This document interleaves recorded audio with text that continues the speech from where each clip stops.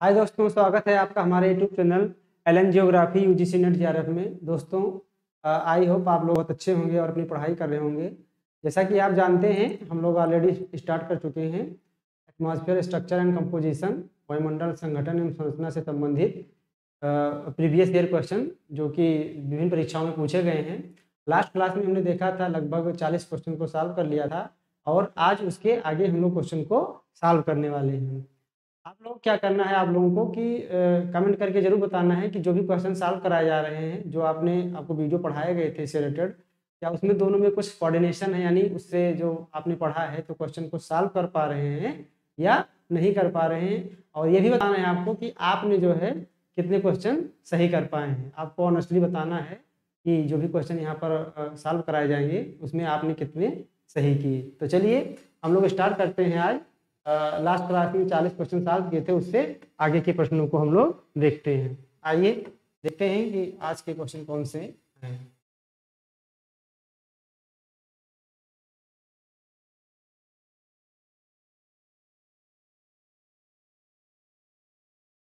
हम लोगों ने लास्ट क्लास में 40 क्वेश्चन सॉल्व किए थे। आज हम लोग 41 यानी 41 क्वेश्चन से देखते हैं कि क्या है 41 नंबर क्वेश्चन।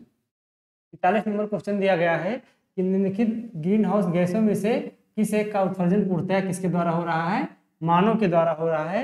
ये यूपी टीजीटी 2009 में क्वेश्चन पूछा गया है कि कौन सी यहाँ पर ग्रीन हाउस गैसें जो दी गई हैं उसके उत्सर्जन का कारण क्या है? ह्यूमन है, ना कि प्रकृति है। ऑप्शन दिया है ए chlorofluorocarbon CFC, B methane, C nitrous oxide और डी हाइड्रोजन सल्फाइड। तो आपको बताना है कि इसमें से कौन सी गैस ऐसी है जो पूर्णतः मानव के द्वारा उत्सर्जित की जाती है, प्रकृति का उसमें कोई हाथ नहीं है। तो इसका सही ऑप्शन क्या है? ए क्लोरोफ्लोरोकार्बन। क्योंकि जो CFC होता है, हम लोग जो AC फ्रिज यूज करते हैं उसमें इसका प्रयोग होता है, या जो फोम यूज करते हैं उसमें इसका प्रयोग होता है। साथ ही साथ स्प्रे जो हम लोग डिफरेंट टाइप के जो सेंट यूज करते हैं, ठीक है, उसमें इसका ज़्यादा से ज़्यादा प्रयोग होता है। बाकी मीथेन, नाइट्रस ऑक्साइड और हाइड्रोजन सल्फाइड, ये तीनों गैसें क्या है? प्रकृति के द्वारा उत्सर्जित की जाती है। जिसमें जो मीथेन होता है, इसका सबसे अधिक उत्सर्जन कहाँ होता है? इसका सबसे अधिक उत्सर्जन धान के खेत से होता है। अगला क्वेश्चन है 42 नंबर, वायुमंडल में आयतन की दृष्टि से सबसे कम अनुपात किसका होता है? ये छत्तीसगढ़ असिस्टेंट प्रोफेसर में पूछा गया क्वेश्चन है कि वायुमंडल में का जो कंपोजिशन है उसमें सबसे कम अनुपात किस गैस का है? पहला है नाइट्रोजन, बी है आर्गन, सी है कार्बन डाइऑक्साइड और डी है नियॉन। तो आपको बताना है कि सबसे कम अनुपात कंपोजिशन में किसका है। तो हम लोगों ने देखा था सबसे अधिक अनुपात है नाइट्रोजन का, नाइट्रोजन के बाद ऑक्सीजन का, और ऑक्सीजन के बाद किसका था? आर्गन, आर्गन के बाद नियॉन। ठीक है, नियॉन के बाद क्या था? हीलियम था। नियॉन के बाद आपका था क्रिप्टॉन, और क्रिप्टॉन के बाद हीलियम, हीलियम के बाद जेनॉन था। ठीक है, और जेनॉन के बाद हाइड्रोजन था। इतनी गैसें थी। तो अगर ऑप्शन के हिसाब से देखा जाए तो सबसे कम कौन सी गैस है? नियॉन। तो इसका आंसर कौन सा सही हो जाएगा? डी, यानी नियॉन। अगला क्वेश्चन देखते हैं कि कौन सी परत में वायुमंडल के कुल गैसीय द्रव्यमान का लगभग 75 हिस्सा है? ये झारखंड टीजीटी में पूछा गया क्वेश्चन है कि जो टोटल हमारा गैस है उसमें से 75% लगभग गैस पाई जाती है, ठीक है, वो एटमॉस्फेयर के किस लेयर में पाई जाती है?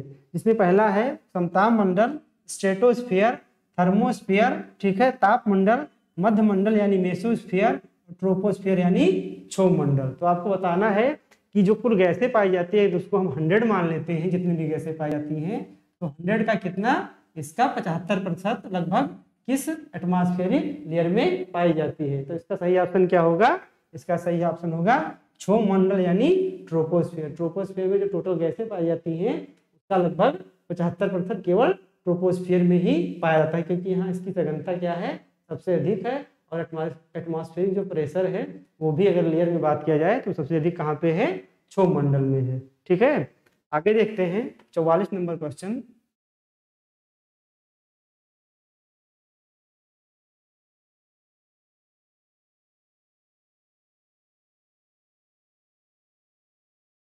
तो 44 नंबर क्वेश्चन देखते हैं क्या कह रहा है।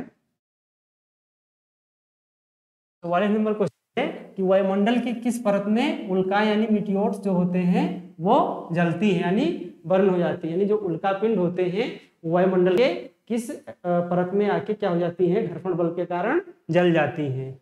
तो ऑप्शन क्या है, मध्यमंडल, बी है क्षोभमंडल, सी है एक्सोस्फीयर यानी बहिर्मंडल और डी है थर्मोस्फीयर यानी तापमंडल। ठीक है, तो आपको ये बताना है कि किस परत में जो उल्का पिंड होते हैं वो आकर क्या हो जाते हैं, जल जाते हैं। तो किस परत में, ये मध्यमंडल, यानी मध्यमंडल में जो उल्का पिंड होते हैं पहुंचते पहुंचते क्या हो जाते हैं, पूरी तरीके से फ्रिक्शन फोर्स के कारण जल जाते हैं। ठीक है, और छोटे छोटे पार्टिकल्स में डिवाइड हो जाते हैं और इस प्रकार जो हमारा अर्थ है वो बाहरी जो आउटर स्पेस है उससे क्या करता है, वायुमंडल रक्षा करता है। अगर एटमॉस्फेयर ना होता तो पृथ्वी पर जीवन संभव नहीं होता।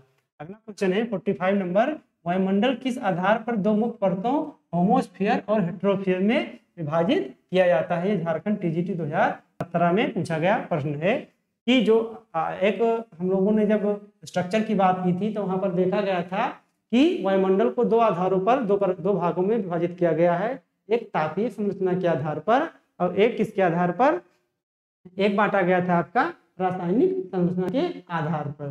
तो यहीं पर यह जो रासायनिक संरचना था उसके आधार पर जो हमारा एटमॉस्फेयर था वो होमोस्फीयर और हेट्रोस्फीयर के आधार पे बांटा गया था। तो इसका सटीक ऑप्शन क्या हो जाएगा, रासायनिक संरचना। आपको कमेंट करके बताना है कि रासायनिक संरचना के आधार पे एटमॉस्फेयर को दो भागों में किस विद्वान ने बांटा था, ये कमेंट करके आपको बताना है। आगे देखते हैं 46 नंबर क्वेश्चन, 90 किलोमीटर के ऊपर वायुमंडल का संघटन अधिकाधिक हल्की गैसों की वृद्धि के साथ परिवर्तन होने लगता है, यह परत क्या कहलाती है। यूपी पीजीटी में पूछा गया प्रश्न है कि हमारा जो एटमॉस्फेयर है वो 90 किलोमीटर से जो अधिक ऊंचाई वाला भाग है उसको किस नाम से जानते हैं। ऑप्शन दिया आपका होमोस्फीयर, बी है हेट्रोस्फीयर, सी है हेटोफर और डी है होमोफियर। तो आपको बताना है कि जो 90 किलोमीटर के ऊपर वाला वायुमंडल है उसको किस नाम से जानते हैं। जब हम लोग रासायनिक संरचना के आधार पर वायुमंडल को दो भागों में बांटे थे, क्या था, होमोस्फीयर और एक क्या था, हेट्रोस्फीयर। ठीक है, क्या था, हेट्रोस्फीयर। तो जो 90 किलोमीटर से नीचे वाला भाग था उसको तो हम होमोस्फीयर कहते हैं और जो 90 किलोमीटर से ऊपर वाला भाग था उसको क्या कहते हैं, हेट्रोस्फीयर। तो इसका ऑप्शन क्या हो जाएगा, बी यानी हेट्रोस्फीयर। आगे देखते हैं 47 नंबर क्वेश्चन। 47 नंबर क्वेश्चन देखते हैं क्या कह रहा है। 47 नंबर क्वेश्चन है कि वायुमंडल की लगभग मोटाई कितनी है। झारखंड टीजीटी में पूछा गया क्वेश्चन है। ये है 1000 किलोमीटर, 2000 किलोमीटर, 3000 किलोमीटर या 4000 किलोमीटर यानी 4000 किलोमीटर। आपको बताना है कि हमारा जो एटमॉस्फेयर है उसकी थिकनेस लगभग कितनी है, वो कितना मोटा है, यानी अर्थ से यानी जो मीन सी लेवल है उससे उसकी मोटाई लगभग कितनी है। तो उसकी मोटाई लगभग कितनी है, 1000 किलोमीटर। इसको हम लोगों ने ऑलरेडी पढ़ा था। अगला क्वेश्चन है 48 नंबर, कि निम्नलिखित में से कौन सा एक ओजोन निर्माण के संबंधित है। 18 में पूछा गया क्वेश्चन है कि ओजोन का निर्माण है किससे है। ये है प्रकाश संश्लेषण प्रक्रिया, बी है प्रकाश रासायनिक प्रक्रिया, सी है रसायन संश्लेषण प्रक्रिया और डी है हाइड्रोलिसिस प्रक्रिया। तो आपको बताना है कि जो ओजोन का निर्माण होता है, ठीक है, फॉर्मेशन होता है ओजोन का, उस प्रोसेस को क्या बोलते हैं। तो उस प्रोसेस को क्या बोलते हैं, प्रोसेस को बोलते हैं फोटोकेमिकल प्रोसेस यानी प्रकाश रासायनिक प्रक्रिया। ठीक है, आगे देखते हैं अगला क्वेश्चन 49 प्रश्न देखते हैं क्या कह रहा है। 4 नंबर क्वेश्चन कह रहा है कि ध्रुवों की ओर ट्रोपोपास की ऊंचाई क्या होती है। ये है बढ़ती है, बी है स्थिर रहती है, सी है घटती है और डी है एक बिंदु पर अस्थिर रहती है। ये पीसीएस पीडी 2010 में पूछा गया प्रश्न है कि जैसे जैसे अब ट्रोपोपास की तरफ आप जाएंगे तो जो ध्रुवों की ओर जाएंगे तो ट्रोपोपास की जो ऊंचाई है वो क्या होगी। तो देख लेते हैं। अगर आपका हमारा एटमॉस्फेयर लगभग ऐसा है, ठीक है, ये आपका इक्वेटर है और ये क्या है, आपका पोल है और ये आपका मान लीजिए ट्रोपोपाज है। ठीक है, ये आपका ट्रोपोपाज है। यहाँ पर इक्वेटर पर ट्रोपोपाज की हाइट 18 किलोमीटर है और यहाँ पर क्या है, 8 किलोमीटर है। यहाँ पर कह रहा है जैसे जैसे आप ध्रुवों की ओर जाएंगे तो ट्रोपोपाज की ऊंचाई पर क्या प्रभाव पड़ेगा, तो आप देख रहे हैं जैसे जैसे आप ध्रुव की ओर बढ़ेंगे वैसे वैसे ट्रोपोपाइट की हाइट क्या होती है, लगातार यहाँ पर 18, यहाँ 17 होगी और इससे कम होते होते यहाँ पे 8 से 9 किलोमीटर हो जाती है। तो ऊंचाई क्या होगी, ऊंचाई घटती है। अगर यहीं पर पूछ लेता तापमान क्या होगा, जैसे जैसे आप ध्रुवों से ट्रोपोपाज में आप इक्वेटर से ध्रुवों की ओर जाएंगे ट्रोपोपाज में, तो तापमान में क्या परिवर्तन होगा, तो तापमान क्या होता, तापमान हमेशा क्या करेगा, इंक्रीज करेगा। इसका क्या कंसेप्ट है ऑलरेडी हम लोग डिस्कस कर चुके हैं। अगला क्वेश्चन है 15 नंबर क्वेश्चन, हरित गृह प्रभाव के प्रमुख रूप में गैस सबसे प्रमुख है। ये यूपीपीसीएस 2009 में पूछा गया क्वेश्चन है कि जो ग्रीन हाउस गैस है, तो ग्रीन हाउस गैस बहुत सारी ग्रीन हाउस गैस है, तो उसमें से जो ऑप्शन दिया गया है उसमें पूछा जा रहा है कि सबसे ज्यादा प्रमुख कौन है। ऑप्शन है कार्बन डाइऑक्साइड, फ्लोरोफ्लोरोकार्बन, कार्बन मोनोऑक्साइड और डी है हीलियम। आपको बताना है कि सबसे प्रमुख ग्रीन हाउस गैस कौन सी है। तो सबसे प्रमुख ग्रीन हाउस गैस कौन सी है, CO2। क्या है, CO2। अगर यहाँ पर जलवाष्प दिया होता तो जलवाष्प सही होता, लेकिन जलवाष्प के ना होने के कारण आपका आंसर क्या सही हो जाएगा, CO2 सही हो जाएगा। ठीक है, अगला क्वेश्चन देखते हैं 51 नंबर।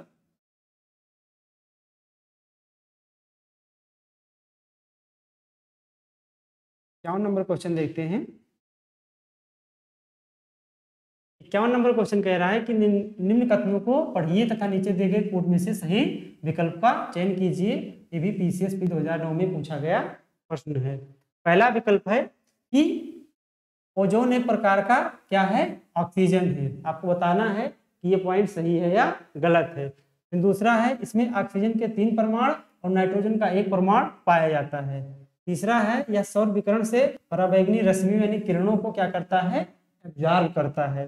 चौथा है इसका सर्वाधिक जो कंसंट्रेशन है उष्णकटिबंधीय क्षेत्र में पाया जाता है। इसमें आपको बताना है कि कौन कौन सा ऑप्शन सही है। चलिए हम लोग देखते हैं।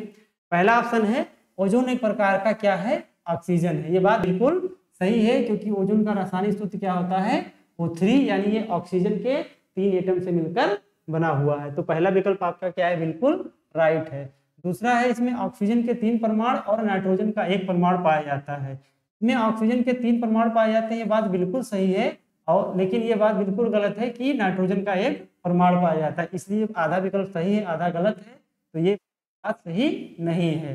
तीसरा है यह सौर विकिरण से पराबैंगनी रश्मियों का क्या करता है, अवशोषित करता है। पराबैंगनी का मतलब होता है अल्ट्रा वायलेट। तो हम लोग जैसा कि जानते हैं कि ओजोन का सबसे प्रमुख काम क्या है कि अल्ट्रा वायलेट किरणों से हमारी रक्षा करना। वो क्या करता है, अल्ट्रा वायलेट किरणों को एब्जॉर्ब कर लेता है। तो ये भी पॉइंट क्या है, सही है। अगला है इसका सर्वाधिक कंसंट्रेशन उष्णकटिबंधीय क्षेत्रों में है। ये पॉइंट गलत है, क्योंकि इसका जो सर्वाधिक कंसंट्रेशन है वो मिड लेटीट्यूड के साथ साथ हाई लेटीट्यूड पे है। तो ऑप्शन कौन सा सही है आपका, 1 और 3। 1 और 3 किसमें है, ए, यानी ये ऑप्शन आपका क्या है, बिल्कुल राइट है। अगला क्वेश्चन है निम्नलिखित में से कौन सा मंडल का भाग नहीं है। ये पूछा गया क्वेश्चन है कि जो होमोस्फीयर है आपका सममंडल है उसका कौन सा भाग नहीं है। ठीक है, तो जब हम लोगों ने रासायनिक संरचना के आधार पर वायुमंडल को 2 भागों में बांटकर देखा था, इसमें तो एक क्या था, होमोस्फीयर, और एक क्या था, हेट्रोस्फीयर। होमोस्फीयर में परत शामिल थी ट्रोपोस्फीयर, स्ट्रेटोस्फीयर और मेसोस्फीयर। क्योंकि इसकी हाइट कितनी थी, इसकी हाइट मात्र 90 किलोमीटर थी, किससे, धरातलीय सतह से। तो इसमें 3 परतों को सम्मिलित किया जाएगा, ट्रोपोस्फीयर, स्ट्रेटोस्फीयर और मेसोस्फीयर। और इसमें पूछ रहा है कि कौन सा भाग सम्मिलित नहीं है, तो देखते हैं। ये पहला है मध्यमंडल, मध्यमंडल बिल्कुल सम्मिलित है। मेसोस्फीयर, समताप मंडल भी सम्मिलित है। स्ट्रेटोस्फीयर, और एक है तापमंडल बिल्कुल सम्मिलित नहीं है। और एक है क्षोभ मंडल, ये भी शामिल है। तो इसका ऑप्शन क्या सही हो जाएगा, सी। 52 का क्या सही होगा, सी। ठीक है, आगे देखते हैं 53 नंबर क्वेश्चन। चलिए 53 देखते हैं। 53 है क्षोभ मंडल की मोटाई ये सबसे अधिक होगी। ये पूछा गया छत्तीसगढ़, प्रोफेसर 2014 में पूछा गया है। यहाँ पर 4 सिटी के नाम दिए गए हैं और पूछा गया है कि क्षोभ मंडल की मोटाई सबसे अधिक कहाँ पे होगी। ये जो है कॉमन सेंस पे आधारित क्वेश्चन है कि हम लोग देखते हैं कि आपका ये इक्वेटर है और ये है पोल। ठीक है, तो देखते हैं कि क्षोमंडल की सबसे अधिक मोटाई कहाँ पर होती है, इक्वेटर पर। अब जैसे जैसे पोल की तरफ जाएंगे तो क्षोमंडल की मोटाई क्या हो जाएगी, लगातार घटती जाएगी, यानी यहाँ पर 8 किलोमीटर होगा, 7 से 8 किलोमीटर की मोटाई होती है। यही आपसे पूछा जा रहा है कि निम्नलिखित शहरों में से जो है क्षोमंडल की मोटाई सबसे अधिक कहाँ होगी। तो सबसे अधिक मोटाई कहाँ होगी, जो शहर इक्वेटर पे होगा या उसके आसपास पे होगा उसकी मोटाई सर्वाधिक होगी। और जैसे जैसे वो पोल की तरफ शिफ्ट करेंगे उस एरिया में जो है क्षोमंडल की मोटाई क्या होगी, घटती जाएगी। तो चलिए देखते हैं कि कौन सा शहर कहाँ पर है, इक्वेटर के आसपास है। चंडीगढ़ देखते हैं भारत में है, जो कि कहाँ के है, लगभग ये कर्क रेखा से भी क्या है, उत्तर है। दूसरा है कोलंबो कहाँ पे है, श्रीलंका का एक शहर है। पहले ये श्रीलंका की राजधानी हुआ करता था, अब श्रीलंका की राजधानी क्या है, महिलाजबलपुरम है। तो जो कोलंबो है ये किसके आसपास है, ये आपका इक्वेटर के आसपास पे है।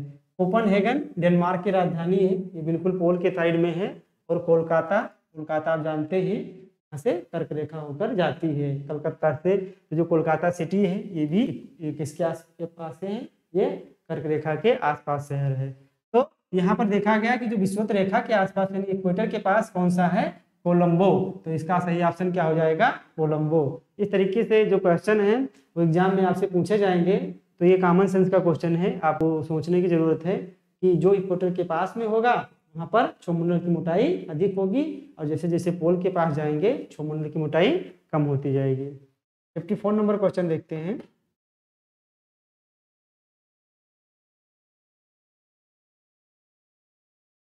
नंबर 54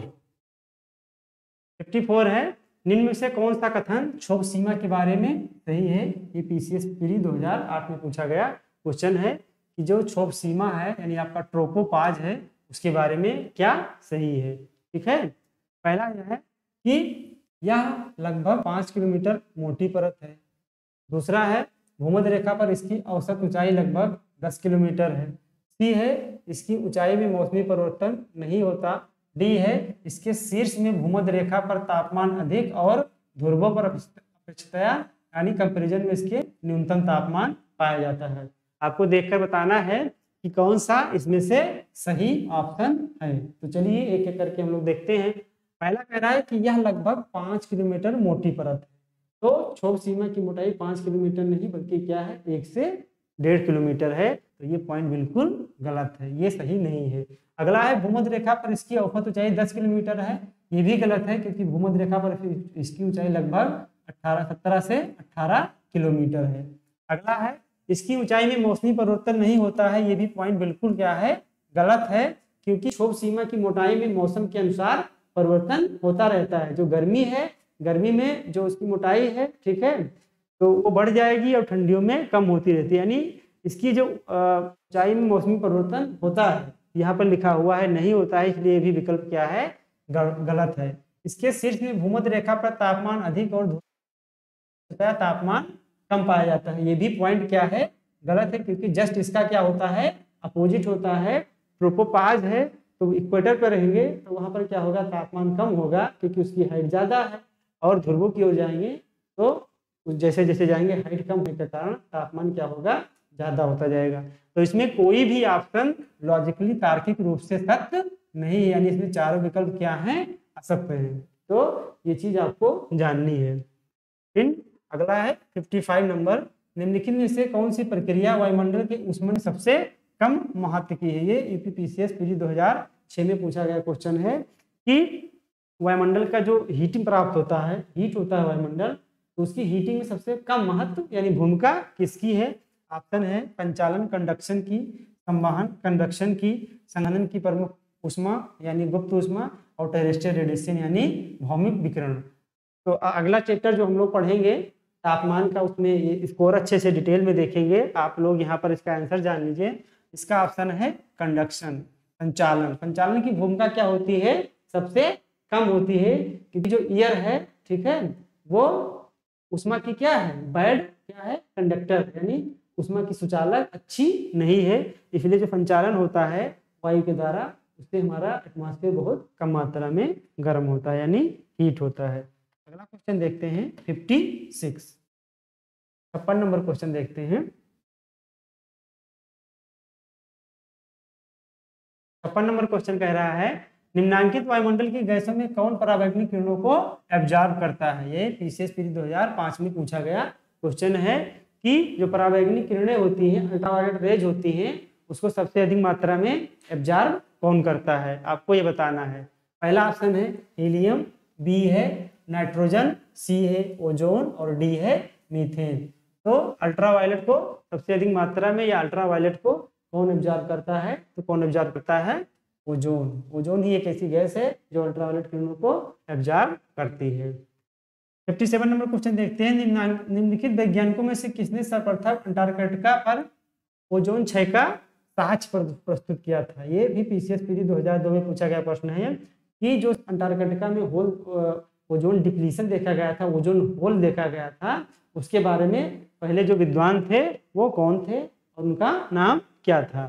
ऑप्शन है एम मोलिना, बी है एम रोलैंड, सी है जे फोरमैन और डी है एम एल पैरी। तो कौन थे, हम लोगों ने पढ़ा था, इनका नाम था जोसेफ फोरमैन यानी जोसेफ फोरियर, भी कुछ लोग इनको आते हैं। तो इसका ऑप्शन क्या सही है, सी ऑप्शन सही है। आगे देखते हैं 58 नंबर वायुमंडल की वह परत जिसमें जल तथा धूल के कण सर्वाधिक पाए जाते हैं, उसका नाम क्या है। यानी आपको बताना है कि जिसमें डस्ट पार्टिकल सबसे अधिक होते हैं और वाटर मतलब जलवाष्प की मात्रा भी सर्वाधिक पाई जाती है। दोनों के जो पार्टिकल्स हैं वो सर्वाधिक पाए जाते हैं। तो कौन से ऐसे लेयर है, केवल एक ही ऐसी लेयर है, वो मंडल है जिसमें सर्वाधिक मात्रा में डस्ट पार्टिकल भी पाए जाते हैं और वाटर के भी कण सर्वाधिक पाए जाते हैं और यहीं पर मौसमी घटनाएं घटित होती हैं। तो कौन सा ऑप्शन सही हो जाएगा, क्षोमंडल यानी ट्रोपोस्फियर। आगे देखते हैं 59 नंबर क्वेश्चन।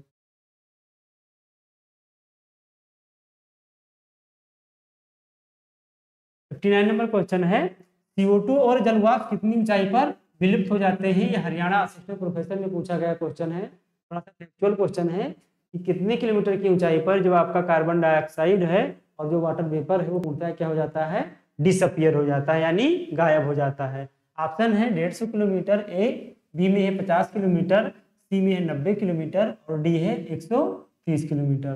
तो इसका सही आंसर क्या है, इसका सही आंसर है 90 किलोमीटर यानी होमोस्फीयर के बाद हेट्रोस्फीयर, होमोस्फीयर से जैसे क्रॉस करोगे वैसे ही क्या होगा, CO2 और जो वाटर वेपर है वो की मात्रा एकदम ऐसा नहीं कि पूरी की तरीके से खत्म हो जाएगी, लेकिन वो ना के बराबर यानी नगण्य रह जाएगी, इतनी मात्रा कम बचती है।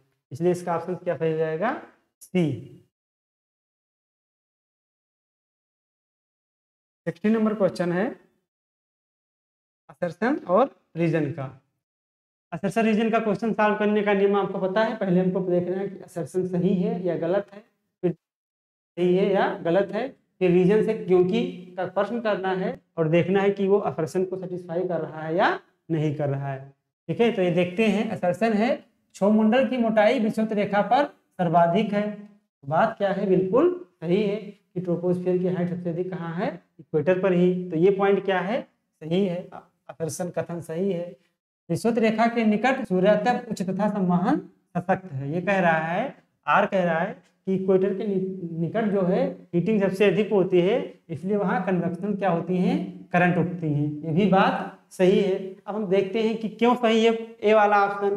तो विषुवत रेखा के निकट सूर्यातप उच्च तथा संवहन सशक्त है, ठीक है, इसीलिए क्या है, क्षोमंडल की मोटाई विषुवत रेखा पर सर्वाधिक, इसीलिए क्योंकि यही दो टर्म बीच में आपको लगा के और उसको क्या करना है, सेटिस्फाई करवाना है। बिल्कुल बात सही है कि विषुवत रेखा के निकट सूर्यातप उच्च तथा संवहन सशक्त है, ठीक है, इसीलिए क्षोमंडल की मोटाई विषुवत रेखा पर क्या है, सर्वाधिक है। तो असर्शन भी सही है, रीजन भी सही है और व्याख्या भी क्या है, कर रहा है। ये आर दोनों सही है और आर ए की क्या कर रहा है, व्याख्या भी सही से कर रहा है।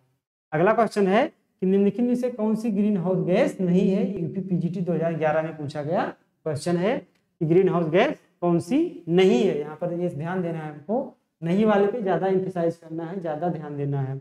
ऑप्शन है कार्बन डाइऑक्साइड, बी है मीथेन, सी है नाइट्रस ऑक्साइड और डी है आर्गन। तो इसमें से कौन सी ग्रीन हाउस गैस नहीं है, तो आर्गन किसी प्रकार की ग्रीन हाउस गैस नहीं है।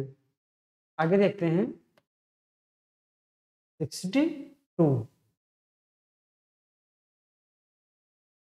62 है आपका, वायुमंडल में समताप मंडल और मध्य सीमांत स्तर को क्या कहा जाता है। ये यूपी पीजीटी में पूछा गया क्वेश्चन है। ऑप्शन है ए मेसोपाज मध्य मंडल, बी है ट्रोपोपाज क्षोभ मंडल, सी है थर्मोपाज ताप मंडल, डी है स्ट्रेटोपाज समताप मंडल। आपको बताना है कि जो समताप मंडल है और जो मध्य मंडल है, यानी जो आपका स्ट्रेटोस्फीयर है और आपका जो मेसोस्फीयर है, इसके बीच में क्या पाया जाता है, यानी कौन सा ऐसा सीमांत, सीमांत मतलब जो बाउंड्री निर्धारित करता है दोनों के बीच में, वो क्या है। तो हम लोगों ने देखा था कि जैसे समताप मंडल जो ऊपर जाएंगे तो जो इसका सबसे टॉप आउट मोस्ट लेयर है या ऊपरी छोर है, इसको क्या कहते हैं, इसको कहते हैं स्ट्रेटोपाज। क्या कहते हैं, स्ट्रेटोपाज। उसके बाद हम मेसोस्फीयर में एंट्री करेंगे और मेसोस्फीयर के ऊपरी भाग को क्या कहेंगे, मेसोपाज।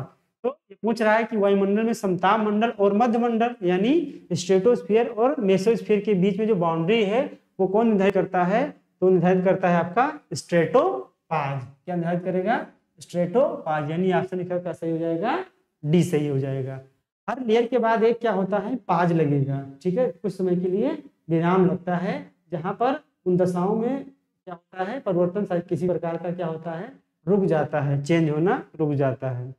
अगला है 63 कि वायुमंडल के बारे में निम्नलिखित बातें बताई गई हैं और इसमें कौन सा सही है। ये पूछा गया है आपका यूपी पीजीटी 2002 में। ठीक है, इसमें 3 आपको आप विकल्प दिए गए हैं और पूछा जा रहा है किसके बारे में, एटमॉस्फेयर के बारे में आपको बताना है कि कौन कौन से पॉइंट इसमें से सही हैं। तो चलिए देखते हैं।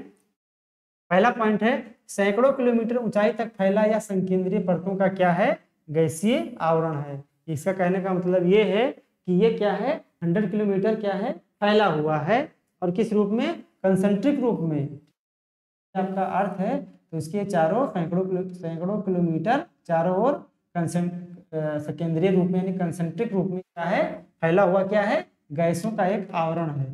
तो हम लोगों ने जब वायुमंडल पढ़ा था तो उसमें देखा था कि वायुमंडल क्या है, पृथ्वी के चारों ओर क्या है, गैसों का एक लेयर है यानी आवरण है। तो ये पॉइंट आपका बिल्कुल राइट है। अगला है गुरुत्वाकर्षण शक्ति के कारण यह पृथ्वी से अलग नहीं हो सकता, यानी ग्रेविटेशनल फोर्स के कारण पृथ्वी से लगा हुआ है यानी अटैच्ड है। ये भी बात बिल्कुल क्या है, सही है। अगला है इसकी सबसे निचली परत को स्ट्रेटोस्फीयर कहते हैं। तो ये पॉइंट बिल्कुल गलत है, क्योंकि इसकी सबसे निचली परत को क्या कहते हैं, ट्रोपोस्फीयर कहते हैं, क्षोभ मंडल कहते हैं। तो केवल 1 और 2 ऑप्शन आपका क्या है, सही है, यानी इसका राइट आंसर बी आपका सही हो जाएगा। ठीक है, आगे देखते हैं 64 नंबर क्वेश्चन। 64 नंबर क्वेश्चन है आपका,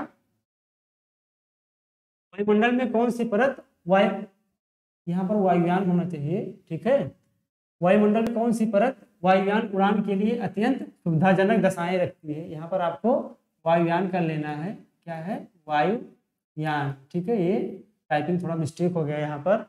ये पीजीटी 2009 में पूछा गया प्रश्न है कि वायुयान उड़ान के लिए एरोप्लेन उड़ाए जाते हैं, उसके लिए कौन सी लेयर जो है एक आइडल कंडीशन रखती है। ठीक है, तो कौन सी लेयर रखती है, ऑप्शन है आपका क्षोभ मंडल, समताप मंडल, आयन मंडल और बहिर्मंडल। तो कौन सी लेयर है, समताप मंडल। क्यों, क्योंकि समताप मंडल में किसी भी प्रकार की मौसमी घटनाएं नहीं पाई जाती हैं, इसीलिए यह परत वायुयान उड़ाने के लिए बहुत ही आदर्श मानी जाती है। आगे देखते हैं 65 नंबर क्वेश्चन।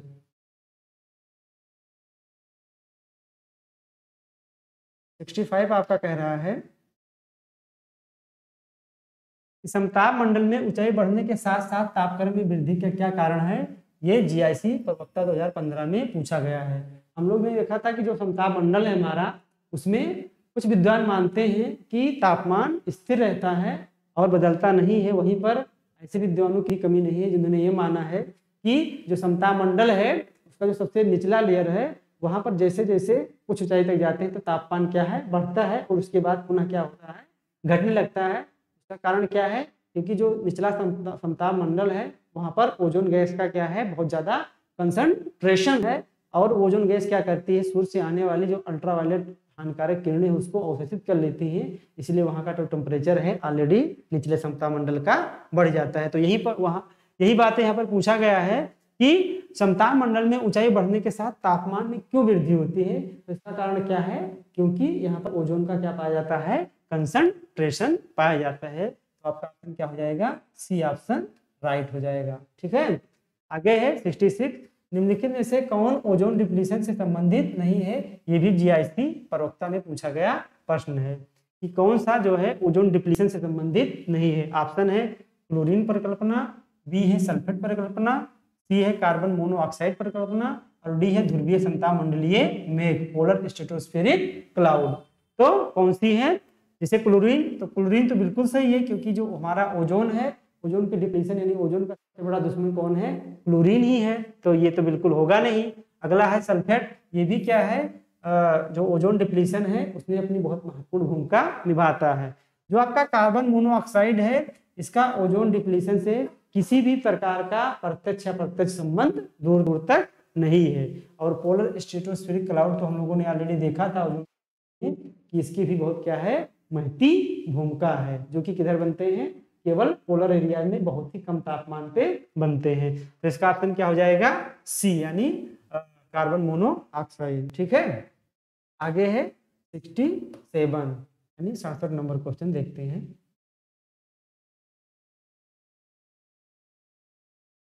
68 नंबर आपका क्वेश्चन कह रहा है, असर्शन रीजन का क्वेश्चन है। पढ़ते हैं कि अंटार्कटिक के ऊपर ओजोन परत बहुत पतली हो गई है। तो सबसे पहले ओजोन डिप्लीशन कहाँ देखा गया था, अंटार्कटिका में ही देखा गया था। तो ये बात बिल्कुल सही कह रहा है कि अंटार्कटिक के ऊपर ओजोन परत की जो परत है काफी थिन हो गई है, यानी पतली हो गई है। तो ये पॉइंट्स आपका कथन तो बिल्कुल सही है। कारण क्या है, अंटार्कटिक प्रदेश में कड़ी ठंड के कारण हरित गृह गैसों का संकेंद्रण हो गया है। ठीक है, ये कह रहा है कि जो आपका अंटार्कटिका है वहां पर क्या होता है, ठंडी बहुत ज्यादा होता है, तापमान हमेशा माइनस में रहता है, इसलिए वहां पर क्या है, जो ग्रीन हाउस गैसेस हैं, ठीक है, उसका कंसंट्रेशन बहुत ज्यादा बढ़ गया है। तो ये भी बात क्या है, बिल्कुल सही है। ठीक है, क्योंकि फ्यूचर में ऐसा माना जाता है या ये सिद्ध भी हो चुका है रिसर्च में कि यदि अंटार्कटिका की बर्फ पूरी पिघल जाएगी या आर्कटिक क्षेत्र की बर्फ पूरी पिघल जाएगी तो उसके नीचे जो है ग्रीन हाउस गैसेज जो हैं वो दबी हुई है, जिसमें सबसे भारी मात्रा किसकी है, मीथेन की है। ठीक है, जब बहुत अधिक ठंड हो जाता है ये सब सारी गैसें वहाँ पर क्या हो जाती हैं, संकेंद्रित हो जाती है। इसलिए कहा जा रहा है कि जब ग्लोबल वार्मिंग होगा तो एक तरफ तो समुद्र का तापमान भी बढ़ेगा, ठीक है, समुद्र का तापमान बढ़ेगा, समुद्र का जलस्तर बढ़ेगा, दूसरी तरफ जो हमारा पृथ्वी का एवरेज टेम्परेचर है वो भी बढ़ जाएगा, क्योंकि ये सारी गैसें रिलीज होकर कहाँ चली जाएंगी, एटमॉस्फेयर में चली जाएंगी। जितनी भी ग्रीन हाउस गैसेज जो दबी हुई हैं, और आपको पता ही है कि अगर ग्रीन हाउस गैसेस की मात्रा हमारे एटमॉस्फेयर में बढ़ेगी तो टेरेस्ट्रियल रेडिएशन लगातार क्या होगा, वो ऑब्जर्व करेंगी, अर्थ का टेम्परेचर लगातार इंक्रीज होगा। तो यहाँ पर कथन भी सही है, कारण भी सही है, और कारण जो है वो व्याख्या भी कर रहा है किसका, कथन का।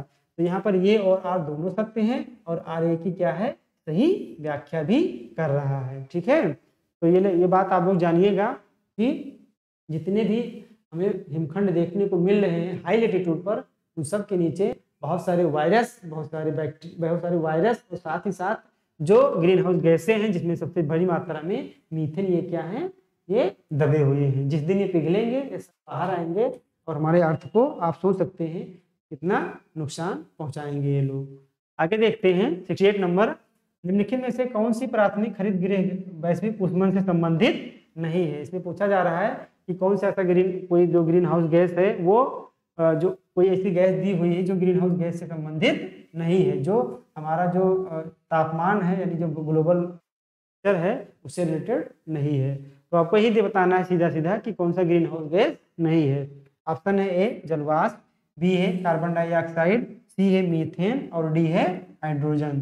तो इसका ऑप्शन सही क्या हो जाएगा, हाइड्रोजन, क्योंकि ऑलरेडी ये तीनों क्या हैं, ग्रीन हाउस गैस के अंतर्गत आते हैं। अगला देखते हैं 69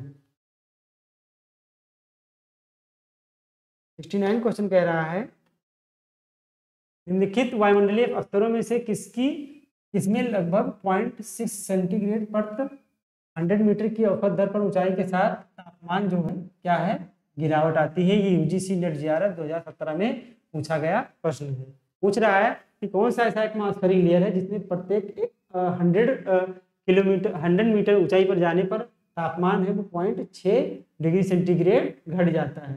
ठीक है, तो यहाँ पर 1000 ना देकर क्या पूछ लिया, 100 मीटर की ऊंचाई पर पूछ लिया। हम लोगों ने देखा था कि जो ट्रोपोस्फियर में 6.5 डिग्री तापमान घटता है कितनी ऊंचाई पर, 1 किलोमीटर की ऊंचाई पर। तो उसको अगर हम 1 किलोमीटर से घटा देंगे कितना, 100 मीटर कर देंगे, तो हमारा तापमान कितना घटेगा, 0.6 डिग्री सेंटीग्रेड। तो इसका सही ऑप्शन क्या होगा, ट्रोपोस्फियर, यानी ये। ठीक, आगे देखते हैं 70 नंबर क्वेश्चन।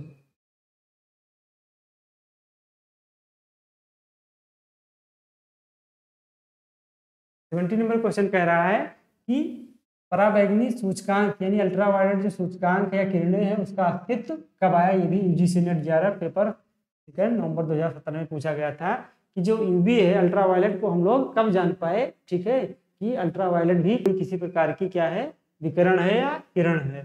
तो 1990 यानी 1990 का जो डिकेड था उसी में हम लोगों ने खोजा था कि यूवी भी किसी प्रकार की क्या है, रेज है। ठीक है, आगे देखते हैं 71 नंबर पर।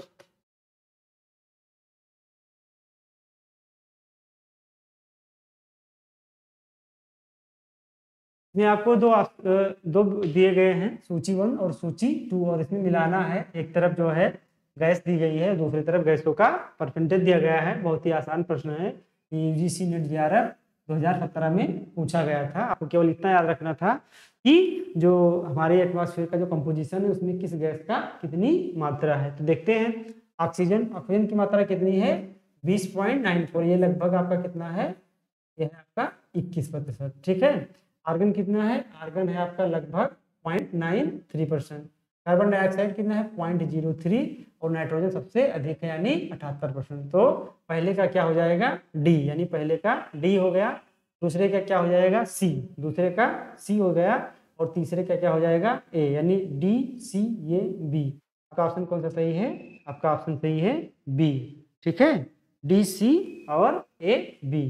देखिए यहाँ और सबसे लास्ट में थोड़ा सा अंतर है, इसलिए आपको क्या करना है, जल्दबाजी में एक ऑप्शन मिला के नहीं मार देना है, बल्कि चारों ऑप्शन को मिला के ध्यान से पढ़कर ऐसे प्रश्नों को करना चाहिए। क्योंकि देखने में बहुत आसान है, लेकिन आप लोगों ने देखा कि यहाँ ऑप्शन जो है वो थोड़ा सा टिल्ट किया, केवल ऑप्शन चेंज किया, बाकी दो ऑप्शन को ऐसे रख दिया।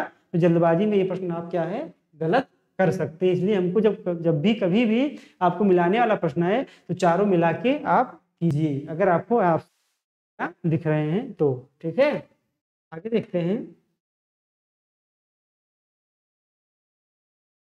72 नंबर क्वेश्चन।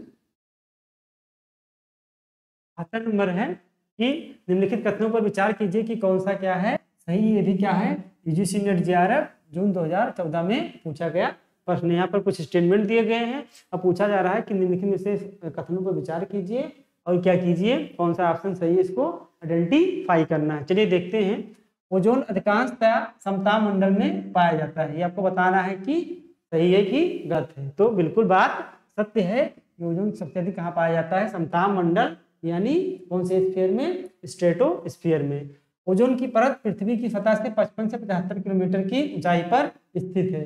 ये पॉइंट बिल्कुल गलत है, क्योंकि ये 55 से 75 नहीं बल्कि 55 से 60 होना चाहिए। आगे है, ओजोन सूर्य से पराबैंगनी किरणों को क्या करता है, अवशोषित करता है। तो ये बात क्या है, बिल्कुल सही है कि जो ओजोन है वो सूर्य से आने वाली अल्ट्रावायलेट किरणों को एब्जॉर्ब करता है। अगला है, पृथ्वी पर जीवन के लिए ओजोन परत का कोई महत्व नहीं है। क्या आप इस बात से संतुष्ट हैं कि जो हमारा ओजोन लेयर है इसका कोई महत्व नहीं है? बिल्कुल गलत बात है, क्योंकि इसका सर्वाधिक महत्व है। तो ऑप्शन कौन सा केवल सही है, आपका ऑप्शन 1 और थर्ड किसमें है, ए में। तो आपका विकल्प क्या सही हो जाएगा, ए राइट हो जाएगा। ठीक है, आगे देखते हैं।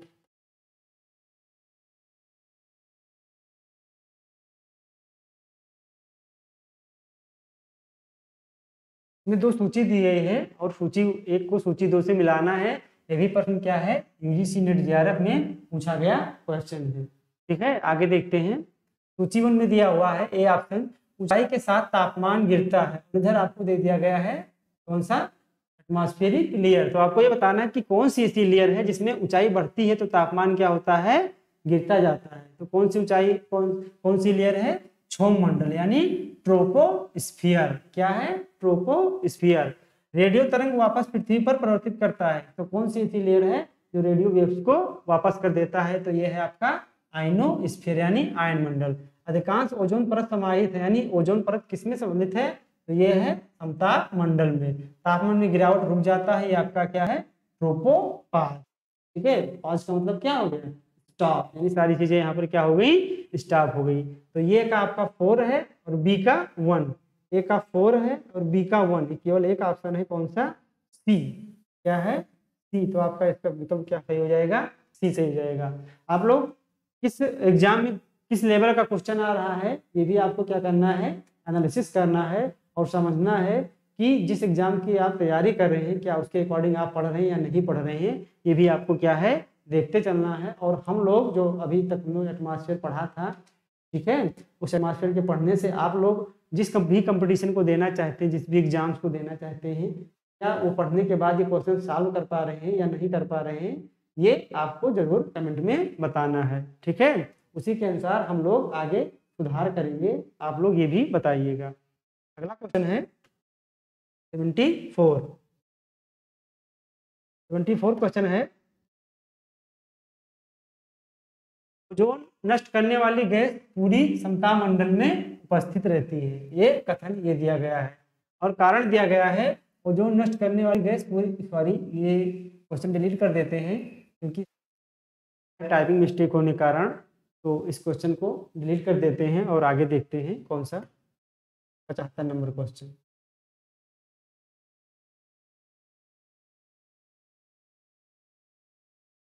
पचहत्तर नंबर है, वायुमंडल के निम्नलिखित में से कौन से भाग में मुक्ताब मेघ पाए जाते हैं?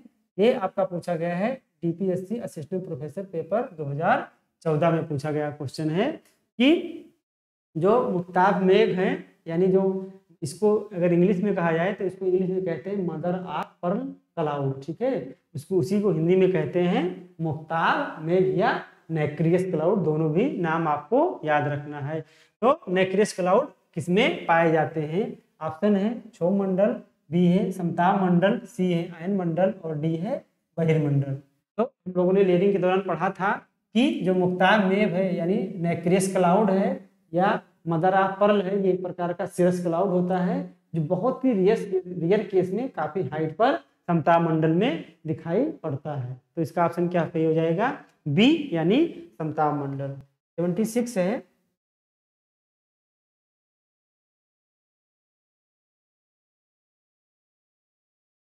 26 है कि नूतन परिकल्पना के आधार पर किस विद्वान ने वायुमंडल को 2 भागों में विभाजित किया था? यूपी पीजीटी में पूछा गया प्रश्न है कि जो नई थियरी आई, नई हाइपोथेसिस आया, उसके आधार पर हमारे जो किस विद्वान ने वायुमंडल को 2 भागों में बांटा था? कौन से? एक होमोस्फीयर और अगला क्या था? हेट्रोस्फीयर। तो कौन से विद्वान थे आपको बताना है। ऑप्शन है हैवीसाइड, बी है नेपियर शाह, सी है आपका मार्शल निकोलेट और डी है केनली। तो आपको ये बताना है कि किसने 2 भागों में बांटा था। तो किसने बांटा था? मार्शल निकोलेट ने बांटा था। ठीक है, आगे है भूमध्य रेखा पर ट्रोपोपाज की ऊंचाई होती है। यूपी टीजीटी 2004 में पूछा गया प्रश्न है कि भूमध्य रेखा पर जो ट्रोपोपाज है यानी क्षोभ सीमा है, इसकी ऊंचाई कितनी है? ऑप्शन है 17 से 18 किलोमीटर, बी है 17 से 21 किलोमीटर, सी है 17 से 25 और डी है 17 से 29। तो कितनी हाइट है? 17 से 18 किलोमीटर। ठीक है, अगला है निम्नांकित में से किसे मुक्ताब मेघों की जननी कहा जाता है? ये भी यूपी पीजीटी 2006 में पूछा गया प्रश्न है कि जो कौन सी ऐसी लेयर है एटमॉस्फेयर की जहां पर मदर ऑफ पर्ल क्लाउड या नेक्रियस क्लाउड पाया जाता है या उसकी जननी कहते हैं, यानी वहां पर क्या है? इसका जन्म होता है। तो कौन सा मंडल है? समताप मंडल यानी स्ट्रेटोस्फीयर, अभी हम लोगों ने देखा है। 79 क्वेश्चन नंबर देखते हैं।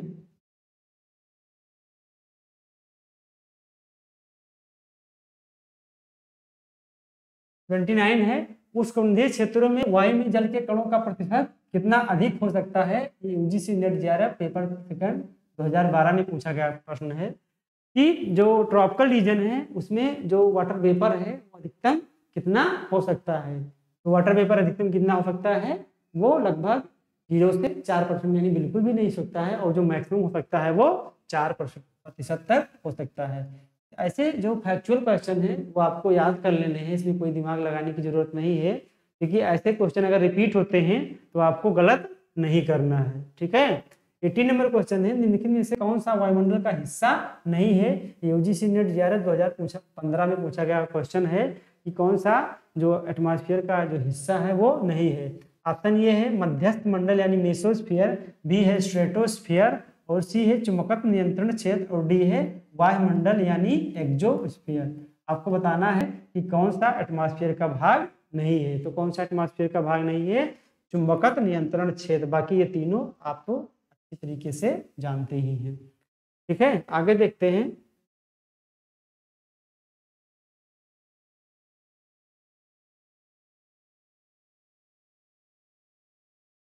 एट्टी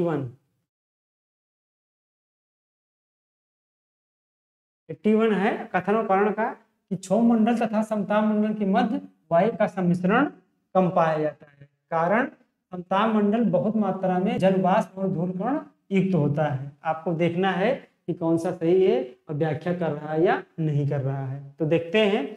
ऑप्शन ये है कि क्षोभ मंडल तथा समताप मंडल के मध्य वायु का सम्मिश्रण यानी जो मिक्सिंग होती है वायु की वो बहुत ही क्या है, कम है। तो बात क्या है, बिल्कुल सही है, क्योंकि जो आपका क्षोभ मंडल है ट्रोपोस्फीयर है, इसके बीच में एक बाउंड्री पाई जाती है। इसको क्या नाम है? उसका नाम है ट्रोपोपाज। ट्रोपो प्लस पाज, हमने इसका बहुत अच्छे से देखा था लेक्चर में कि यहाँ पर जो सारी प्रकार की जो मिक्सिंग है वो जाके क्या हो जाती है, रुक जाती है। तो इसीलिए ट्रोपोस्फीयर और स्ट्रेटोस्फीयर के बीच में जो ज्यादा मिक्सिंग होती है वो ज्यादा नहीं हो पाती, यानी कम पाया जाता है। तो ये बात आपकी क्या है, बिल्कुल राइट है। कारण क्या है, समताप मंडल बहुत मात्रा में क्या है, वाटर वेपर युक्त है। ये बात बिल्कुल गलत है, क्योंकि डस्ट पार्टिकल और जो वाटर वेपर हैं सबसे अधिक कहाँ पाए जाते हैं? वो सबसे अधिक पाए जाते हैं आपके ट्रोपोस्फीयर यानी क्षोभ मंडल। तो ये सत्य है और आर असत्य है। आपका ऑप्शन क्या सही हो जाएगा? 81 का सी ऑप्शन आपका राइट हो जाएगा। ठीक है, आगे देखते हैं। 2 बस ये दो, एक और दो, यानी 82 83 दो क्वेश्चन बचे हैं, देख लेते हैं हम लोग जल्दी से। हरित गृह प्रभाव निम्नलिखित द्वारा होता है। ये यूजीसी नेट JRF 2009 में पूछा गया प्रश्न है कि हरित गृह प्रभाव किसके द्वारा होता है। यहाँ पर 4 विकल्प दिए गए हैं। एक है समुद्री जल द्वारा अल्ट्रावायलेट विकिरण के अवशोषण द्वारा, बी है वातावरण के कार्बन डाइऑक्साइड तथा जल वाष्प के अवशोषण द्वारा, सी है समुद्री सतहों द्वारा इंफ्रारेड प्रतिबिंबन द्वारा, और वनस्पति इंफ्रारेड विकिरण के अवशोषण द्वारा। तो आपको बताना है कि जो ग्रीन हाउस प्रभाव है वो किसके द्वारा होता है। तो आप लोग जानते हैं कि ग्रीन हाउस गैस का प्रभाव होगा वो हरित गृह जो प्रभाव होगा वो ग्रीन हाउस गैसों के द्वारा होगा। और ग्रीन हाउस गैसेस में कौन सी है? वो है कार्बन डाइऑक्साइड और वाटर वेपर, जो इनकमिंग सोलर रेडिएशन के लिए तो ओपेक हैं, लेकिन जो टेरेस्ट्रियल रेडिएशन होता है उसके लिए अपारदर्शी है और उसको एब्जॉर्ब करके हमारे जो अर्थ का एवरेज टेम्परेचर है उसको बढ़ा देती है। ठीक है, आगे देखते हैं। ओजोन क्षीणता का परिणाम हो सकता है, ये भी यूजीसी नेट JRF में पूछा गया प्रश्न है कि ओजोन डिप्लीशन का कारण का जो इम्पैक्ट है वो क्या हो सकता है। ऑप्शन ए है जल की कमी, ऑप्शन बी है वन में आग लग जाएगी, सी है त्वचा कैंसर का होना, और डी है जल जनित बीमारियों का पुनर्जित होना। ठीक है, तो इसमें अगर देखा जाए तो सबसे सटीक ऑप्शन क्या है? आपका सी है स्किन कैंसर, कि स्किन तमाम प्रकार की हम लोगों ने देखा था डिप्लीशन में कि ओजोन डिप्लीशन के कारण तमाम प्रकार की आपको क्या हो जाएंगी, त्वचा संबंधी बीमारी हो सकती है, स्किन कैंसर हो सकता है। तो हमने टोटल 83 क्वेश्चन को आइडेंटिफाई किया था एटमॉस्फेयर स्ट्रक्चर एंड कंपोजिशन से, क्योंकि हम लोगों ने सॉल्व कर लिया है। तो आप लोग को बताना है कि अगर कोई भी क्वेश्चन का आंसर आपको मिस्टेक लगता है तो कमेंट करके जरूर बताइएगा। ह्यूमन एरर हो सकता है, हम लोग उसको अगले लेक्चर में इम्प्रूव कर लेंगे। और ये भी बताना है आपको कि आप लोगों को ये सेशन कैसा लगा।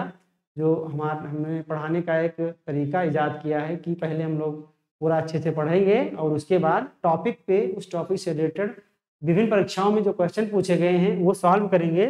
आगे हम वीकली भी टेस्ट करेंगे। तो आप लोग बताइएगा कि ये जो हमने सेशन रखा है ये कैसा है, ये बात भी आपको कमेंट सेक्शन में ज़रूर बतानी है। और वीडियो अच्छा लगे तो उसको लाइक कीजिए, शेयर कीजिए, ताकि अन्य लोगों को, ठीक है, इसका मौका मिल सके और अपनी तैयारी को लोग सशक्त कर सकें। थैंक यू, धन्यवाद।